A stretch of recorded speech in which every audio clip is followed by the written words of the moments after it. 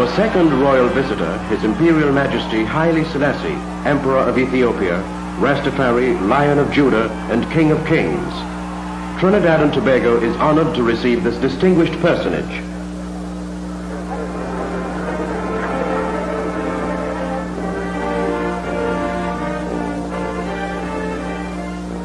Descendant of the Queen of Sheba and King Solomon of Jerusalem, Haile Selassie, the 225th successor to the Ethiopian throne. This historic figure, regal, aristocratic, and humane, has ruled his country for 34 years, bringing the Ethiopian nation its first written constitution in 3,000 years.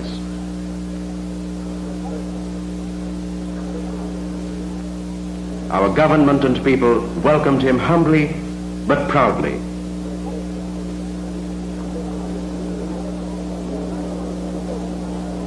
Religious ties and friendly links between our countries were renewed and forged with the visit of Emperor Haile Selassie and his distinguished party. Trinidad and Tobago salutes Ethiopia. First stop, Arima, and our African visitors, greeted by the mayor and the waiting crowds, had their first impression of Trinidad's indigenous cultural expression when the pulsating beat of the steel bands talked of our common heritage of drums.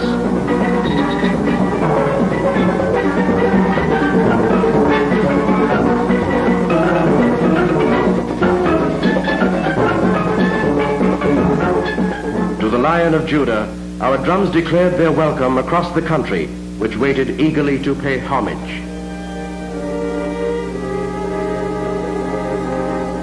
In Port of Spain at the Memorial Park, the Emperor, in a stately and sympathetic gesture, laid a wreath for the young men of our nation who died for the beliefs he himself has stood for on world platforms. For peace, for justice, for a family of nations.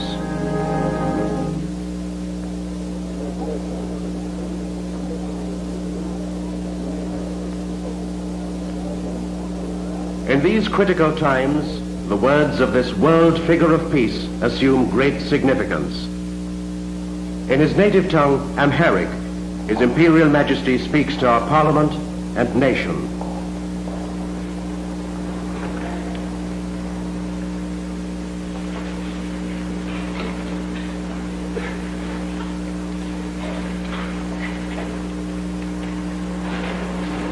የተከበራችሁ የፓርላማ አባሎች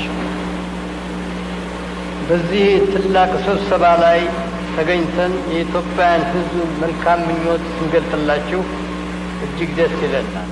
Distinguished members of Parliament, it gives great pleasure to appear before this distinguished assembly and to bring you the fraternal salutations of the Ethiopian people. The peoples of Ethiopia and Trinidad and Tobago are today joined in a massive and a continuous effort to create for themselves a new and a better way of life. They face many of the same problems. The hopes and aspirations which they share derive from the same essential beliefs in the nature and the destiny of man. It is thus inevitable too that there should exist between these two great peoples the strong and lasting ties of friendship and understanding. We all know, as representatives of the people, that this is a particularly critical period in the councils of the 20th century. Sectional and divising factors often cause major obstacles to national development in their expanded sense, as narrow national and ideological interests may threaten even national unity and progress. No one today is so foolish to believe that any one nation constitutes a perfect monolith of faith and ideology, nor could anyone wish that there should be such utter unity of thought and aspiration. The systems of government which have sought to impose uniformity of belief have survived briefly and then expired, blinded and weakened by excessive reliance upon the supposed infallibility. The only system of government which can survive is one which is prepared to tolerate dissentient criticism and which accepts this as useful and in any case inevitable aspects of all social and political relations. The tolerance of dissentient criticism within the government proceeds from a singular social phrase, that the government exists to serve the people generally. The representatives of peoples and nations can only come together with open and objective minds and willing hearts to engage in dialogue without rigid dogmas and slogans and without violence. Walking this way achieves no instant utopia. It may, however, enable us to achieve together what it is possible to achieve, and to move forward steadily, if not always in great haste, with some degree of harmony and a mutual understanding.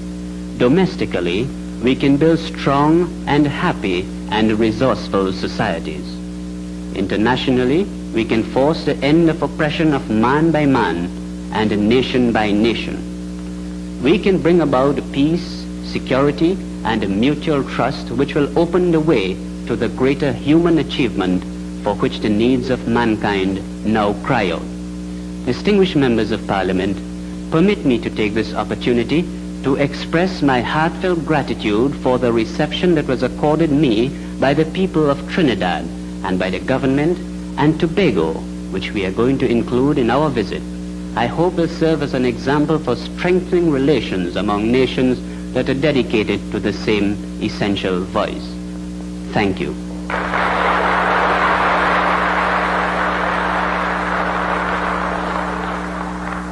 After the Emperor's call for tolerance and unity, some of our outstanding leaders of the society and their wives were presented.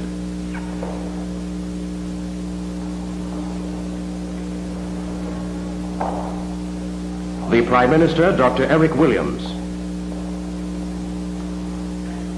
Dr. Patrick Solomon, Deputy Prime Minister and Minister of External Affairs, and Mrs. Solomon. The Honorable Gerard Montano, Minister of Home Affairs.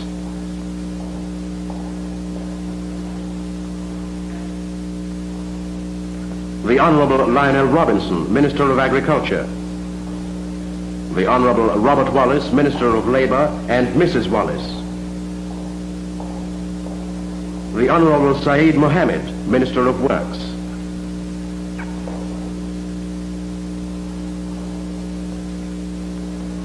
A momentous and historic occasion in the Parliament of Trinidad and Tobago.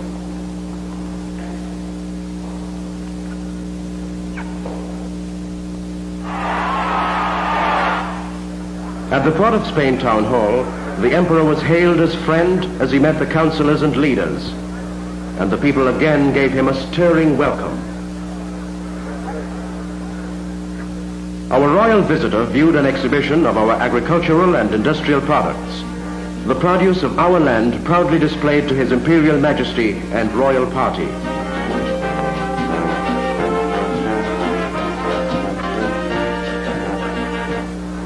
Old ties are affirmed as followers of the Ethiopian Orthodox Church, 13 years old in Trinidad, witness an unforgettable moment in the history of their belief.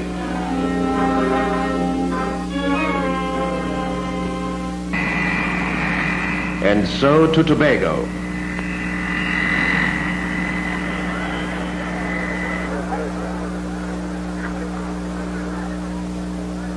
The Emperor and his party were again warmly welcomed and met by the representative for Tobago, Mr. A.N.R. Robinson. In our nation, famed for its religious tolerances, our cosmopolitan people meet freely for their own worship.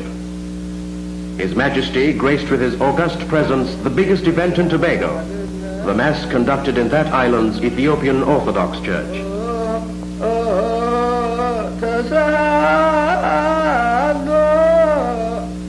And again, ties with Ethiopia are reaffirmed.